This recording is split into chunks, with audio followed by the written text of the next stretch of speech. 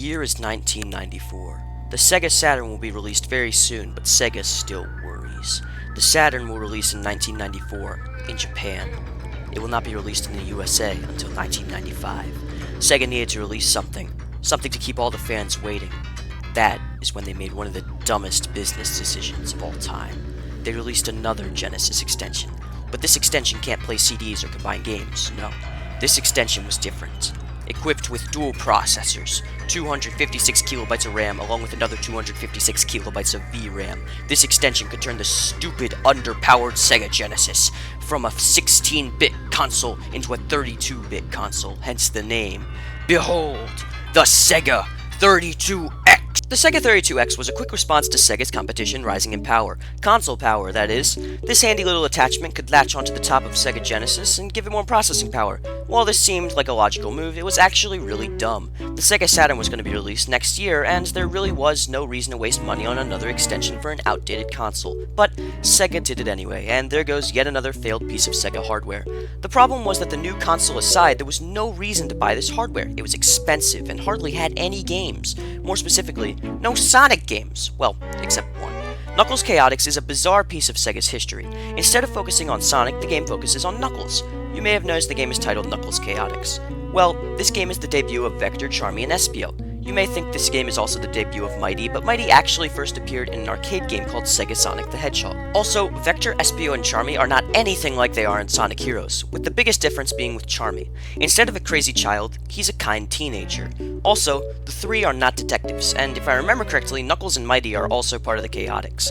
So, either Knuckles Chaotix is at least partially non-canon, or the Chaotix in the game are different from the Chaotix in Sonic Heroes. The only other explanation is that something happens to Charmy, and he becomes like a child, like in the Archie comics.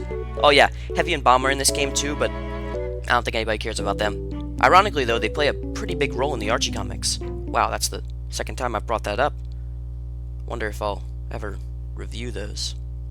Anyway, let's get into my review. Well, I guess I'm not doing good and bad segments anymore. Oh well. This is easier anyway. So basically, Sega took the idea of a Knuckles game and thought, how can we flip the normal Sonic style on its head in the strangest way possible? Essentially, you can play as one character holding a ring with a magic rubber band attached to the other ring that a second player is holding. This second player can either be controlled by a CPU or a person. This may sound like the dumbest idea ever, but it can actually be quite fun when you get used to it. Instead of running straight through a stage, every level takes on this climb the tower kind of style. You need to use the power of momentum to launch yourself to the top. Using your two players, you can do some strange stuff to gain speed. You can tell the other player to stay still while you run ahead to build intense tension in the band. Then, once the band turns red, indicating maximum tension, you can tell the other player to start running and gain speed. I don't really know how that works, honestly. It's like controlling a pair of nunchucks held together by a rubber band. The problem is you're controlling two real characters. It's really hard to explain, but you can probably understand why this style of play is strange and unrealistic. But hey, it's Sonic, Knuckles. Once you get a good grasp on the controls, you can do some cool stuff to complete the level. Sometimes your stuff is so cool you can accidentally break the game. Having the other player magically clip through a wall forcing you to redo a level is uncommon, but you'll probably have it happen to you at least once.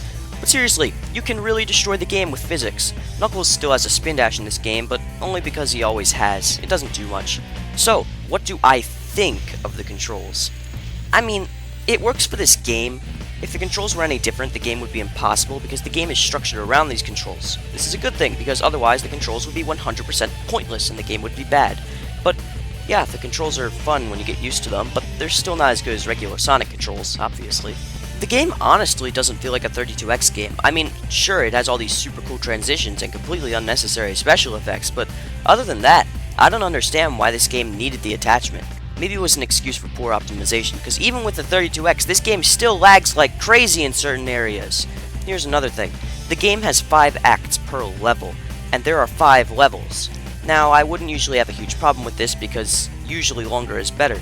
However, after a while, all the levels in this game just feel the same. All the levels have the same basic layout. Climb a multi-level tower. The goal is almost always to go up instead of right. As you can imagine, this gets boring pretty fast. You might really like the mechanics in the beginning, but the game just becomes a slog after a while. Thankfully though, it only took me about 3 hours to beat. Look, usually I wouldn't have a big issue with the climb the tower style. I don't like it in regular Sonic games, but this isn't a Sonic game, it's a Knuckles game. So the mechanic is fine. The problem is that none of the levels feel all that unique. Sure, they have a different theme and music, but they They all feel the same after a while because nothing makes any level in particular stand out over another. Speaking of music, what kind of music does this game give me? Well, all the music has this amusement park twinkle sound to it to match the game's theme. It takes place in an amusement park, if I remember correctly. You know what? Maybe it's a carnival? I don't know. But anyway, all the music has the same problem as the levels. It's neat, but it all sounds the same after a while. The only song I think is worth mentioning is Doorway to Summer, because literally everybody knows that song from Sonic Generations.